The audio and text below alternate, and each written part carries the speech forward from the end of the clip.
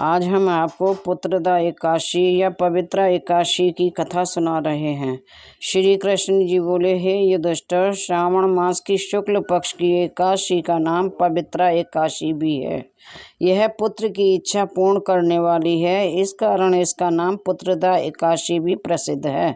इसमें गौ माता का पूजन करना चाहिए। इसके महात्म्य की कथा ऐसे है। एक महीमती नगरी में उससे महीजीत नाम का राजा राज्य करता था। बड़ा धर्मात्मा था, परंतु पुत्रहीन था। उपाय बहुत किए, परंतु सब व्यर्थ गए। दिल का कांटा ना निकल सका। राजा को शोक युक्त देखकर मंत्रियों को बड़ा दुख हुआ और वे लोमस ऋषि की शरण में गए। दंडवत प्रणाम किया और विनय करने लगे, हमारे राजा के यहाँ पुत्र नहीं है।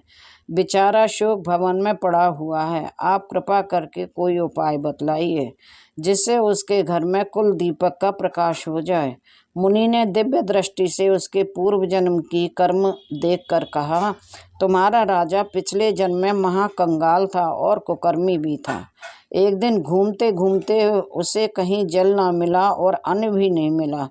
उसने दूसरे दिन सरोवर मिला, वहां एक प्यासी गौ जल पीने आई तो उसे लाठी मारकर भगा दिया।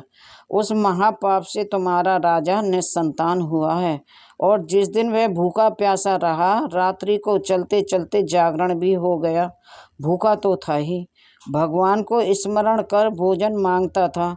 उस दिन श्रावण शुक्ला एकादशी व्रत उसने भूल से कर लिया, परंतु वह दूध, पुत्र और धन देने वाली पुत्रदा एकादशी थी। उसके प्रभाव से राजा को राज्य मिला और गौ के श्राप ने उसे निस्संतान कर दिया। यदि आप लोग प्रजा सहित श्रवण शुक्ला एकादशी का विधि सहित व्रत करो और फल अपने राजा को प्रदान कर दो तो निश्चय ही उसके घर पुत्र होगा। पुत्र की विधि यह है, व्रत की विधि यह है, गौ का पूजन करना, उनको मधुर जल और मधुर फलों से प्रसन्न कर द्वादशी के दिनों ने पेट भरकर लड्डू, पूरी इत्यादि मिष्ठान का भोग लगाएं।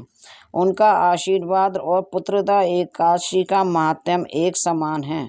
मुनि की शिक्षा से मंत्रियों ने प्रजा सहित व्रत कर रात्रि को कीर्तन किया, गौ का पूजन कर पुत्र प्राप्त किया। जय हो भगवान।